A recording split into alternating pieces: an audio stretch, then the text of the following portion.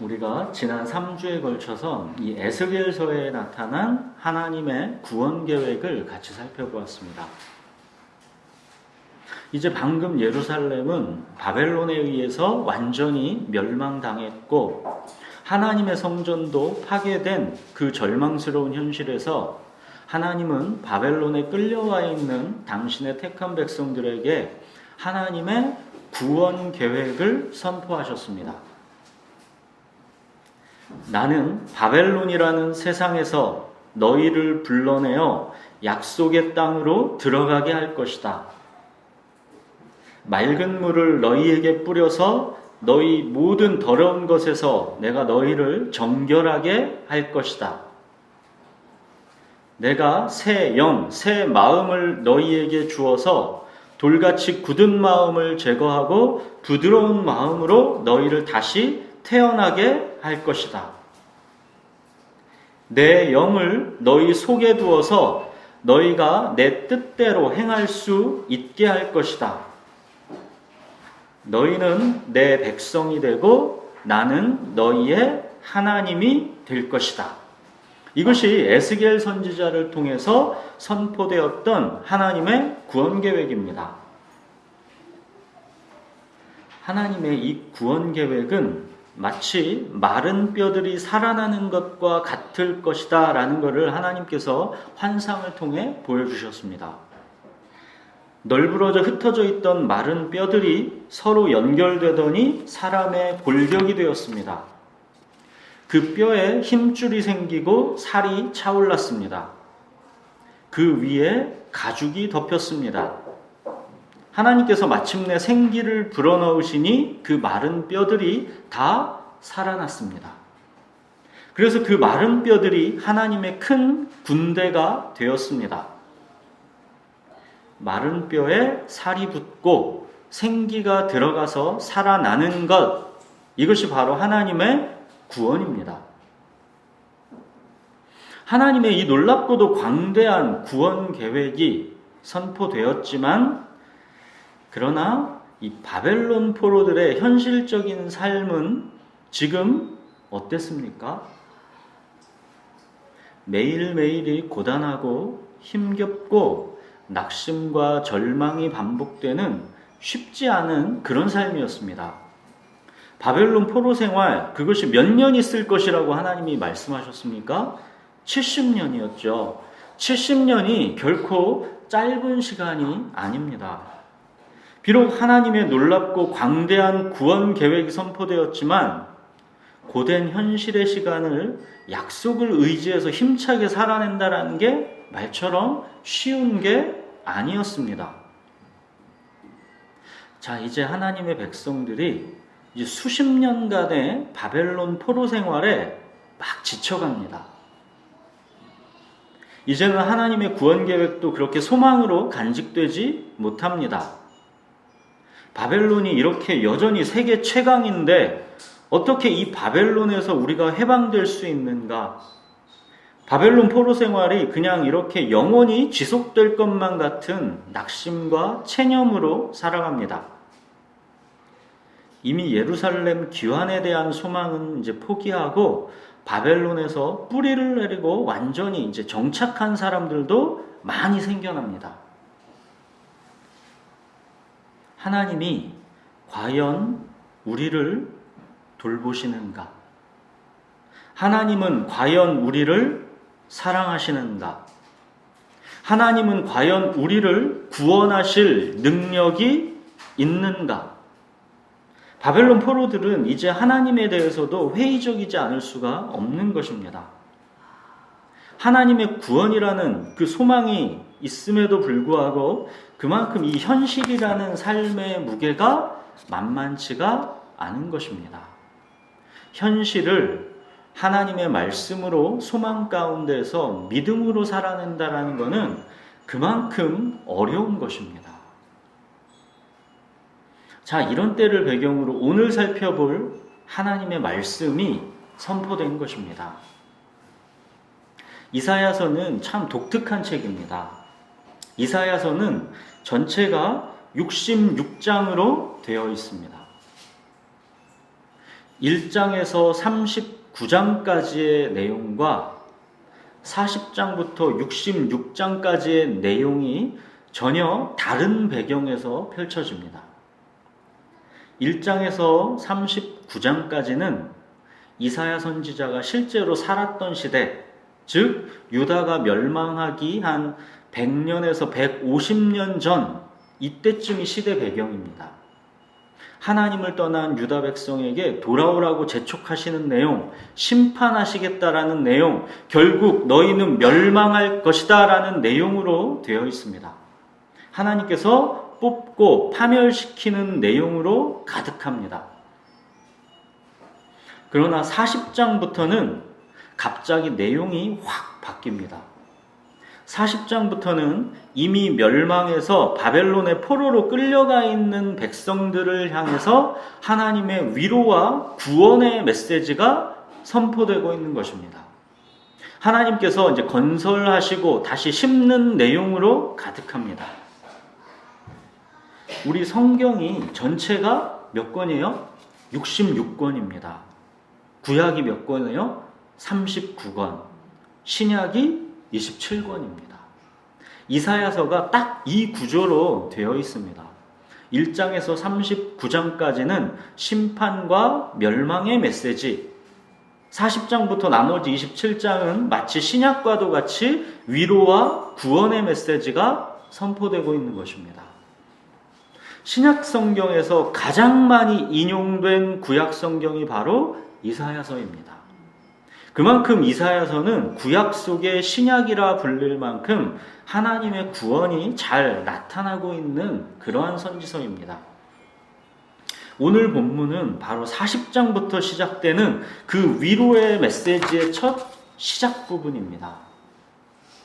바벨론의 포로로 끌려와서 고되고 절망스러운 현실을 살아가고 있는 백성들에게 하나님께서 이제 때가 되었으니 그들을 그곳 바벨론에서 건져내서 예루살렘으로 다시 돌아오게 하시겠다라는 위로와 구원의 메시지를 선포하시는 것입니다. 자, 현실의 삶에서 고단하고 힘겨운 나날을 보내고 있는 바벨론 포로들에게 주시는 하나님의 말씀입니다. 본문을 같이 읽겠습니다. 이사야서 40장 1절부터 11절을 번갈아 읽겠습니다. 너희의 하나님이 이르시되 너희는 위로하라, 내 백성을 위로하라. 너희는 예루살렘의 마음에 닿도록 말하며 그것에게 외치라. 그 노력의 때가 끝났고 그 죄악이 사함을 받았느라. 그의 모든 죄로 말미암아 여호와의 손에서 벌을 내나 받았느니라. 살지니라 하시니라. 외치는 자의 소리여 이르되 너희는 광야에서 여호와의 길을 예비하라. 사막에서 우리 하나님의 대로를 평탄하게 하라. 골짜기마다 굵어지며 산마다 언덕마다 낮아지며 고르지 아니한 곳이 평탄하게 되며 험한 곳이 평지가 될 것이요. 여호와의 영광이 나타나고 모든 육체가 그것을 함께 보리라. 이는 여호와의 입이 말씀하셨느니라. 말하는 자의 소리여 이르되 외치라. 대답하되 내가 무엇이가 외치리까 하니 이르되 모든 육체는 풀이요 그의 모든 아름다움은 들의 꽃과 같으니. 풀은 마르고 꽃은 시들문 여호와의 기운이 그 위에 불미라. 이 백성은 실로 풀이로다. 풀은 마르고 꽃은 시드나 우리 하나님의 말씀은 영원히 서리라 하라. 아름다운 소식을 시온에 전하는 자여 너는 높은 산에 오르라. 아름다운 소식을 예루살렘에 전하는 자여 너는 힘써 소리를 높이라. 두려워하지 말고 소리를 높여 유다의 성읍들에게 이르기를 너희의 하나님을 보라 하라. 보라, 주 여호와께서 장차 강한 자로 임하실 것이요 신이 그의 팔로 다스리실 것이라.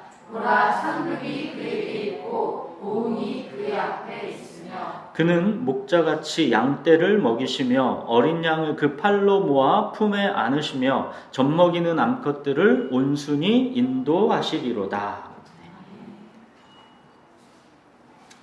사랑하는 여러분 어떻습니까? 이 하나님의 말씀 속에서 하나님이 고되고 힘든 이 땅의 현실 속으로 직접 찾아오고 있다라는 게 느껴지십니까?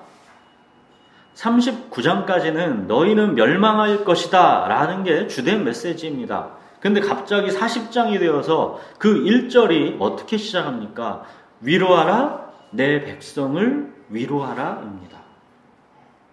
바벨론 포로 생활로 지쳐가고 있는 하나님의 백성에게 위로의 메시지가 선포되고 있습니다. 2절 보십시오. 노역의 때가 끝났고 그 죄악이 사함을 받았답니다.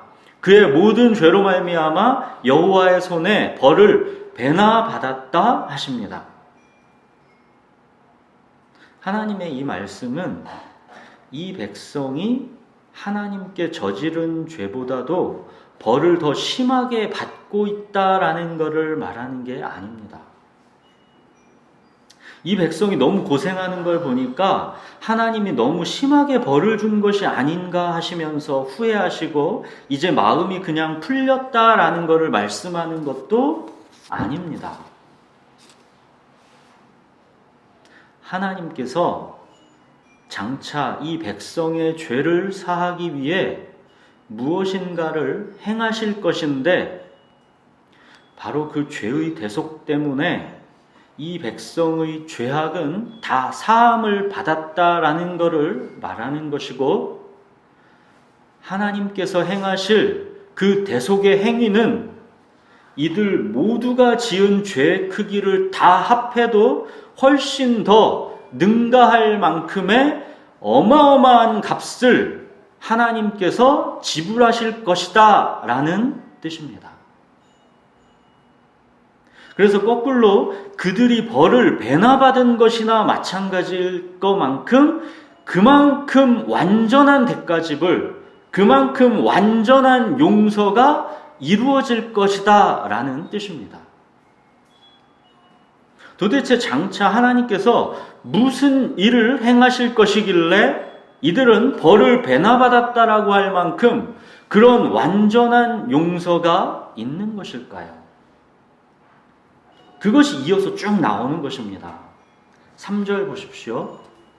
여호와의 길을 예비하라. 하나님의 대로를 평탄하게 하라. 장차 누가 오신다라는 것입니까? 하나님이 오시겠다라는 것입니다. 사랑하는 여러분, 우리가 그동안 구약의 이야기를 계속 살펴보고 있었죠.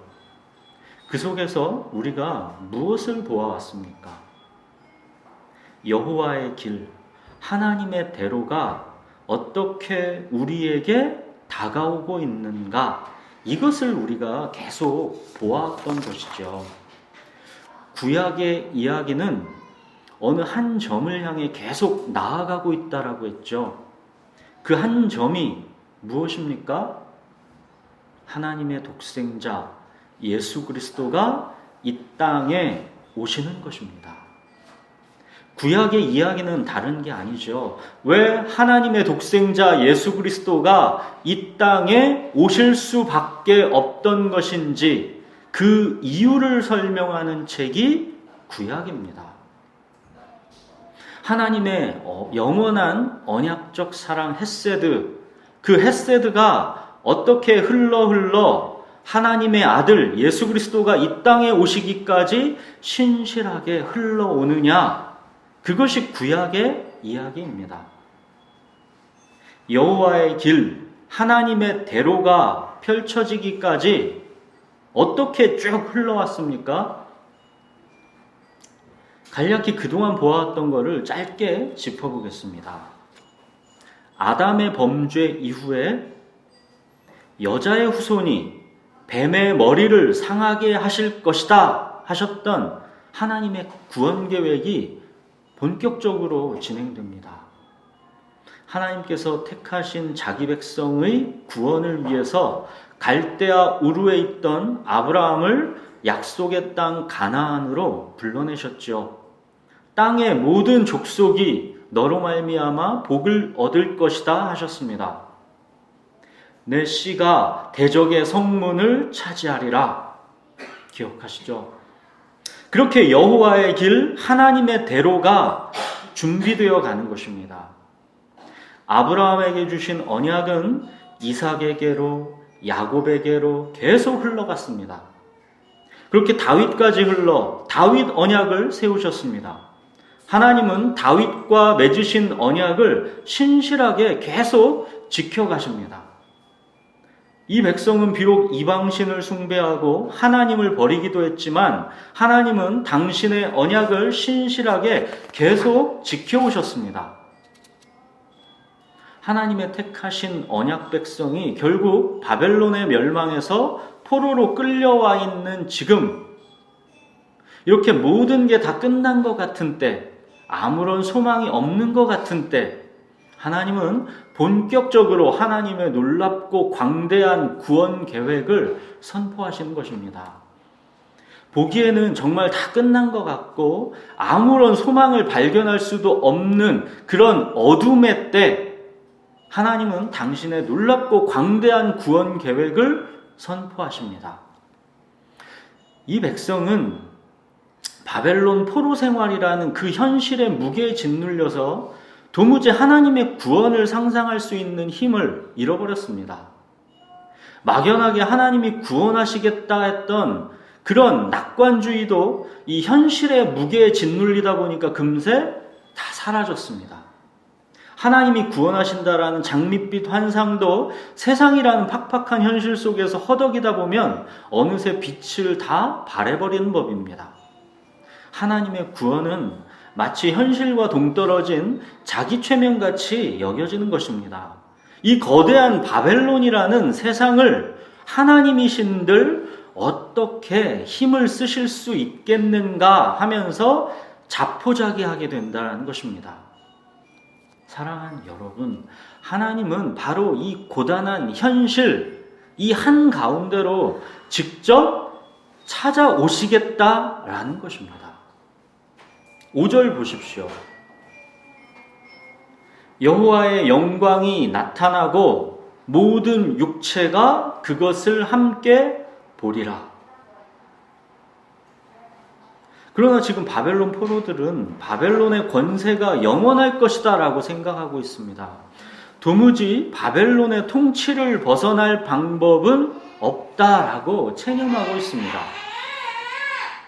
그러나 하나님은 모든 육체는 풀이라 하십니다. 그의 모든 아름다움은 들의 꽃일 뿐이다 하십니다.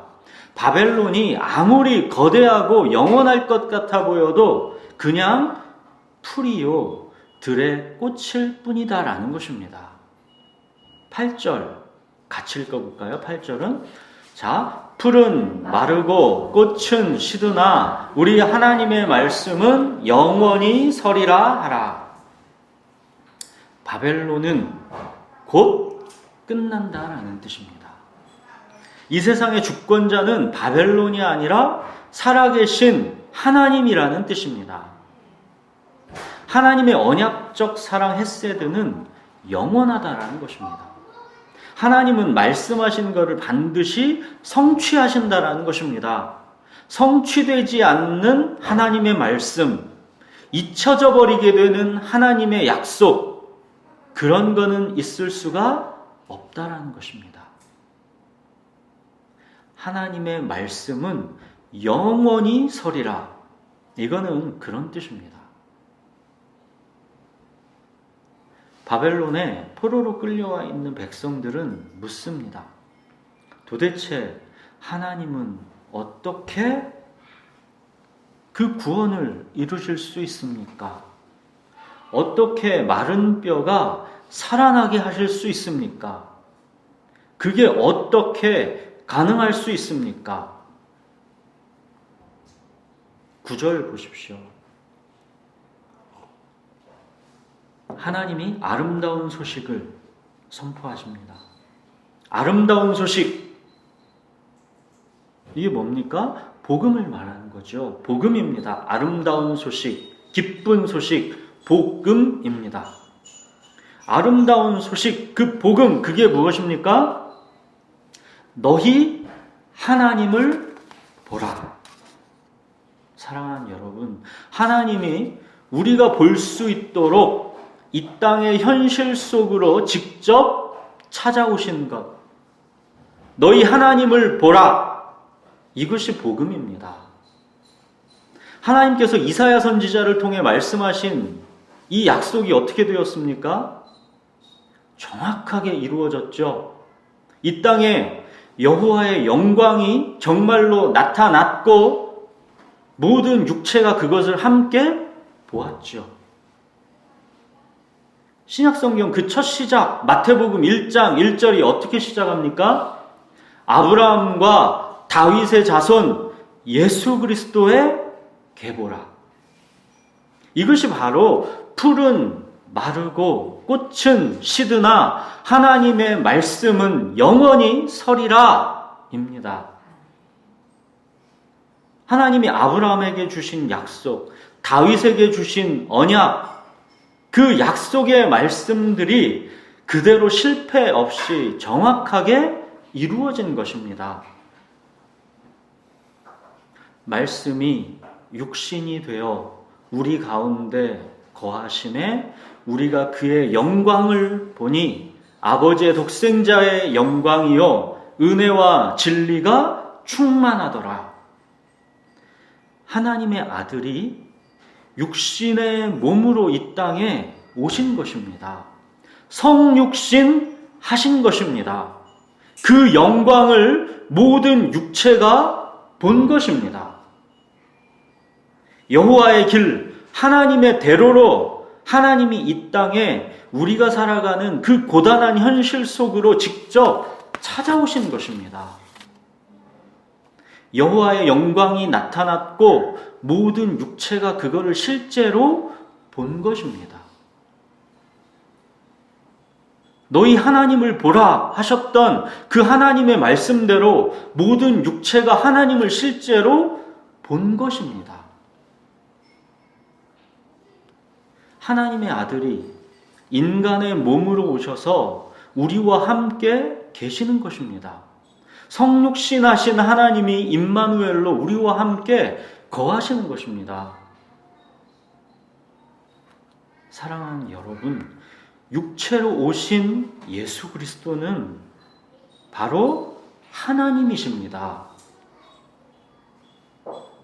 우리 눈으로 볼 수 있도록 하나님이 이 땅에 육체의 몸으로 오신 것입니다.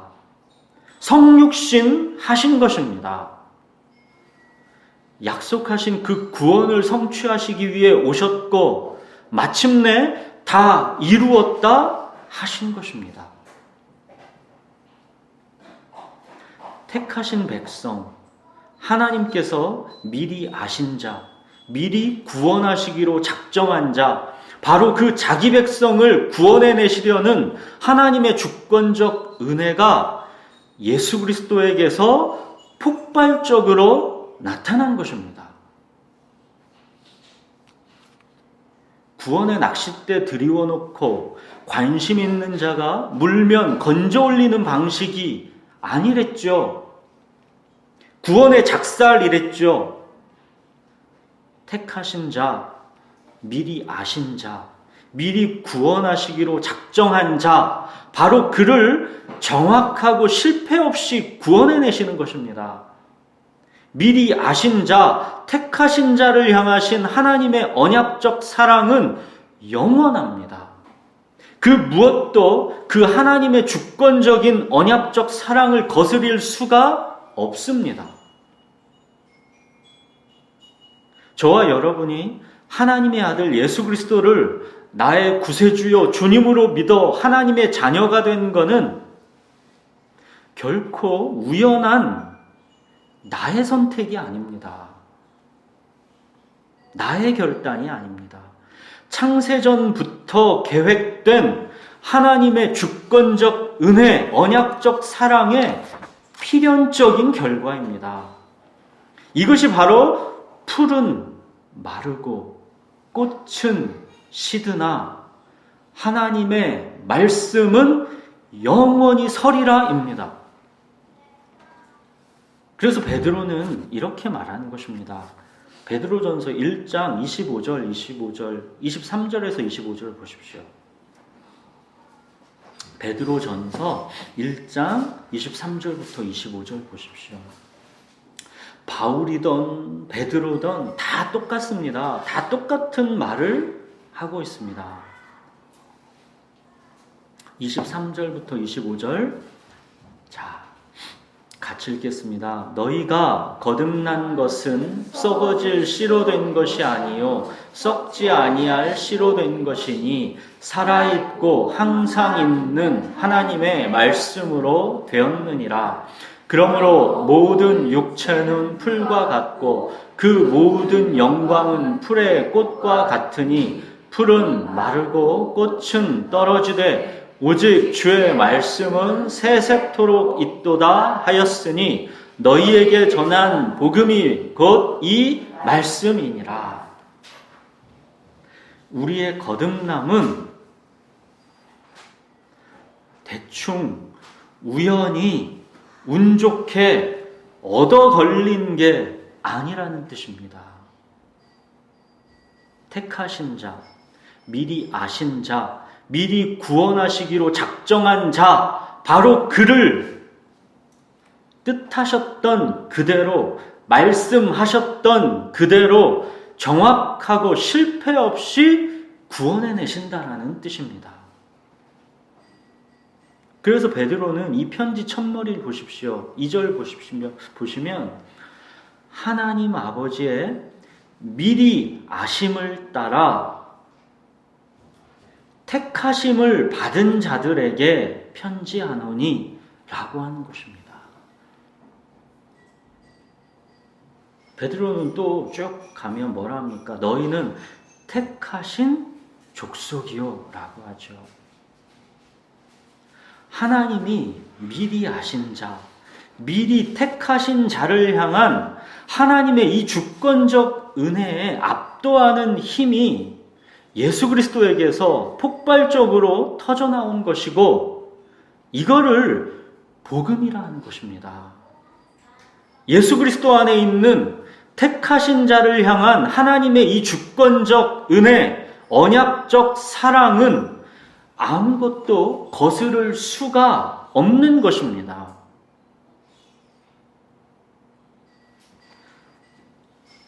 저는 예수 그리스도에게서 이 압도적으로 나타난 하나님의 주권적 은혜, 이 언약적 사랑, 이 말을 떠올릴 때마다 한 가지 장면이 항상 함께 떠오릅니다.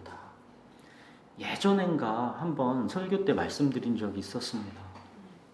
예전에 제가 캐나다를 여행하면서 나이아가라 폭포를 갔었습니다. 나이아가라 폭포 그 웅장함은 저에게는 참으로 잊을 수 없는 장면입니다. 나이아가라 폭포 이 전망대에 이렇게 올라가서 쭉 높은 곳에서 보면 폭포가 어떻게 흘러오고 있는지가 이렇게 쭉 보입니다. 폭포 저 멀리서 강물이 여러 갈래로 이제 흘러오는 게 보입니다. 그 멀리까지 눈에는 보이지 않지만 그 물의 근원은 훨씬 더 먼 곳에서부터 시작되었겠죠. 잔잔하게 천천히 그 물들이 한 곳을 향해 흘러옵니다. 그러면서 이 나이아가라 폭포 그 위에서 어마어마한 물이 집결합니다. 그러더니 마치 사자가 포효하는 듯한 우렁찬 굉음을 내면서 수많은 물이 한꺼번에 폭포 아래로 떨어집니다. 그 무엇이 나이아가라 폭포 이 떨어지는 물줄기를 거슬릴 수가 있을까요? 그 무엇도 그 폭포의 물줄기를 거스를 수는 없어 보였습니다. 그 장면을 보면서 저는 하나님의 구원 역사 속에서 하나님의 주권적 은혜, 언약적 사랑이 흘러 마침내 그 클라이막스 예수 그리스도에게서 어떻게 압도적으로 드러났는지를 단번에 느낄 수 있었습니다. 폭포 저 멀리서 강물이 한 지점을 향해서 오래전부터 흘러오고 있는 것은 마치 구약의 역사와도 같았습니다. 예수 그리스도라는 한 점을 향해서 잔잔하게 천천히 어찌 보면 잘 알아차릴 수도 없게 흘러옵니다. 그러나 결국 하나님의 로드맵대로 구원 역사는 여호와의 길, 하나님의 대로로 흘러가는 것입니다.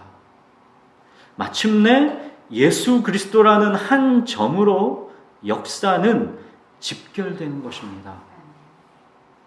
그러고서는 어마어마한 폭포가 쏟아지듯 예수 그리스도는 십자가의 구속으로 택하신 자를 향한 하나님의 구원 계획을 영단번에 성취하신 것입니다. 우리의 노역의 때를 끝내버린 것이고 그 죄악이 사함을 받게 하신 것이고 우리가 그동안 벌을 배나 받았다 할 만큼 하나님의 완전한 용서가 완성된 것입니다. 예수님의 십자가 구속으로 완성된 이 하나님의 주권적 은혜는 그 무엇도 거스를 수가 없습니다. 그야말로 나이아가라 폭포처럼 압도하는 권능입니다. 죄와 불순종마저도 긍휼을 베푸시는 도구로 바꾸어내십니다.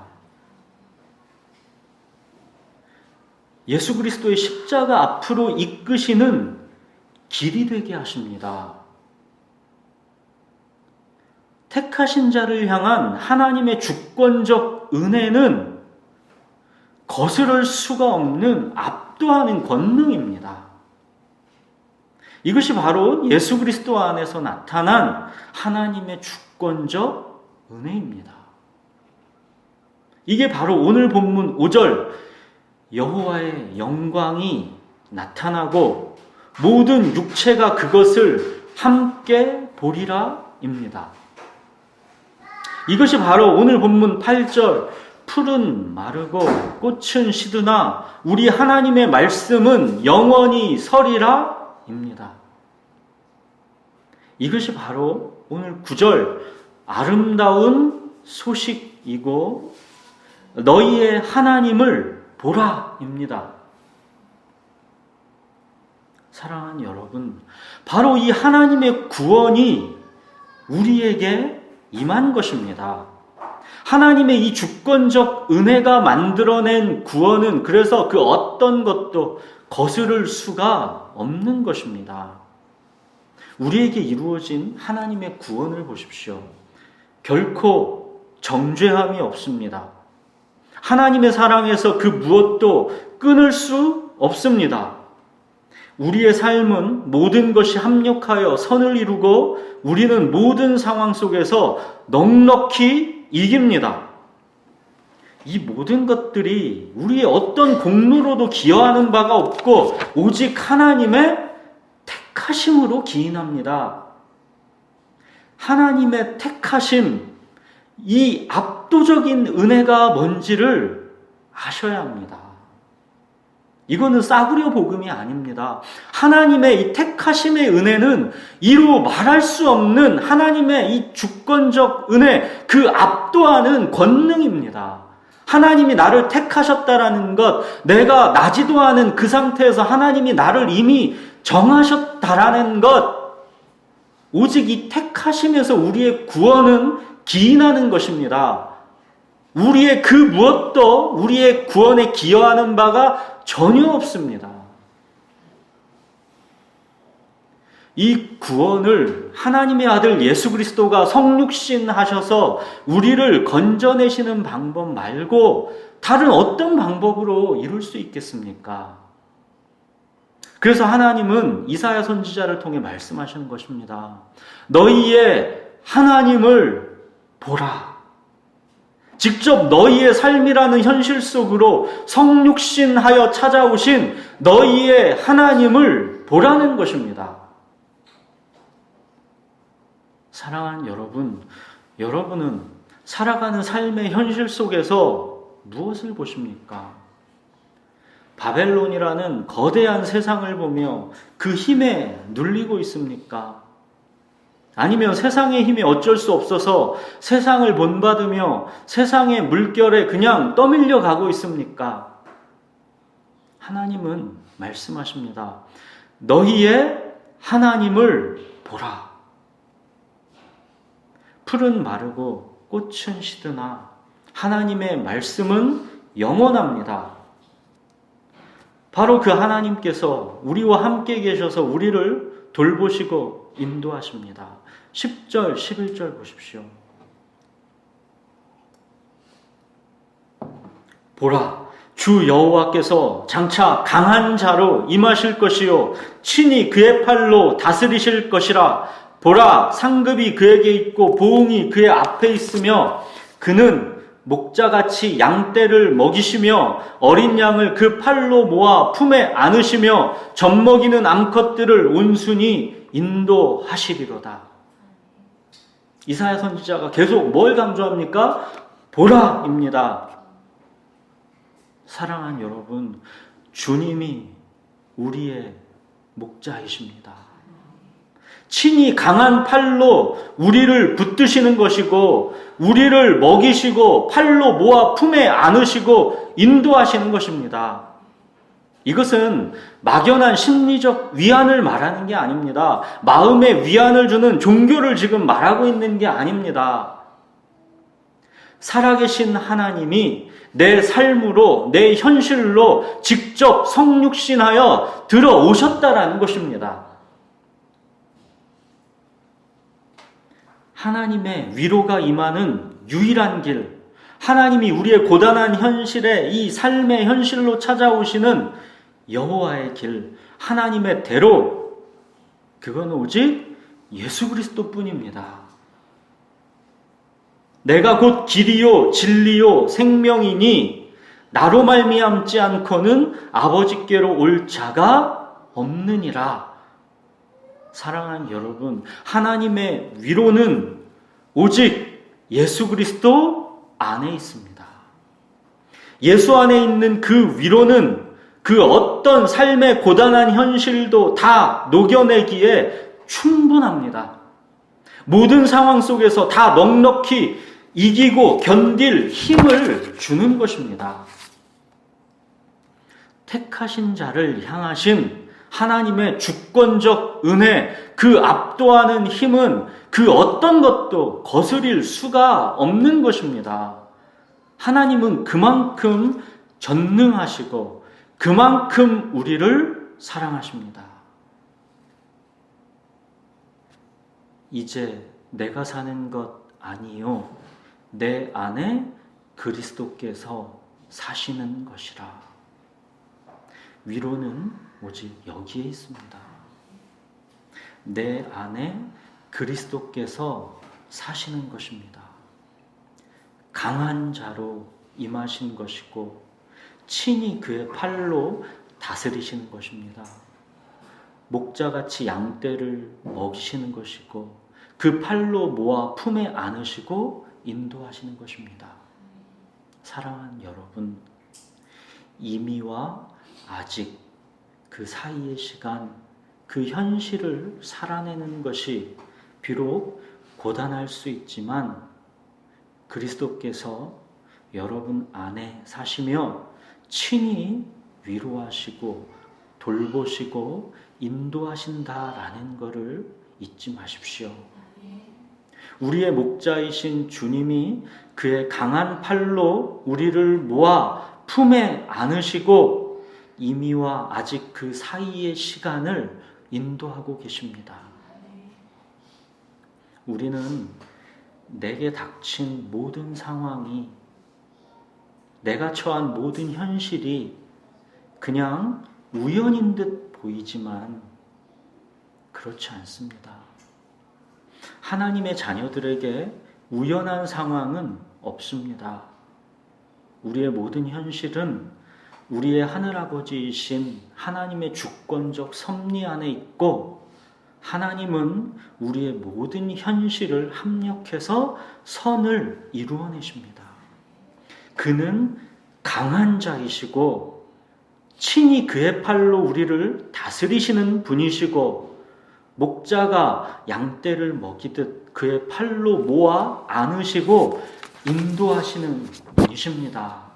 사랑하는 여러분, 우리 안에 사시는 그리스도는 의심 많은 제자 도마가 마침내 고백했던 것처럼 나의 주님, 나의 하나님이십니다.